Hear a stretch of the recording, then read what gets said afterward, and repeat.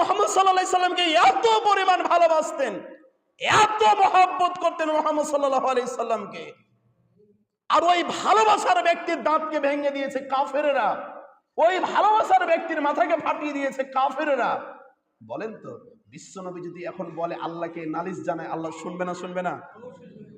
এখন আল্লাহ জিবরিলের মাধ্যমে বলছে, নবী ও মুহাম্মদ, যেই কাফেরেরা তোমার মাথা ফাটায় দিয়েছে, যেই কাফেরেরা তোমার দাঁতকে ভেঙে দিয়েছে, ও মুহাম্মদ সাল্লাল্লাহু আলাইহি সাল্লাম, তুমি একবার শুধুমাত্র বলো আমি এই কাফেরদেরকে জমিন থেকে উল্টা দিকে দাবিয়ে দিব।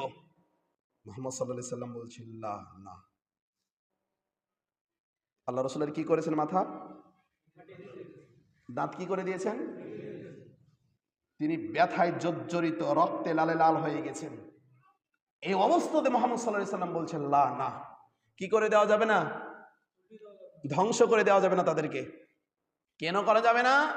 মুহাম্মদ সাল্লাল্লাহু আলাইহি সাল্লাম বলছেন, আল্লাহ এই কাফেরদেরকে যদি আপনি ধ্বংস করে দেন, এটা তো আপনার সময় লাগবে না।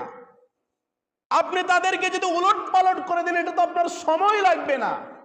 কিন্তু হে আল্লাহ, তাদেরকে যদি ধ্বংস করে দেন, আমি কাদেরকে দাওয়াত দেব, কাদেরকে নিয়ে বসবাস করব? বলেন না সুবহানাল্লাহ। এটা কি ধৈর্যের পরিচয় ছিল না? মুহাম্মদ সাল্লাল্লাহু আলাইহি সাল্লাম যদি ধৈর্যশীল না হতো, তাহলে আল্লাহকে তিনি কষ্টে কষ্টে আল্লাহকে বলতে কি করতেন? ধ্বংস করে দেন এদেরকে।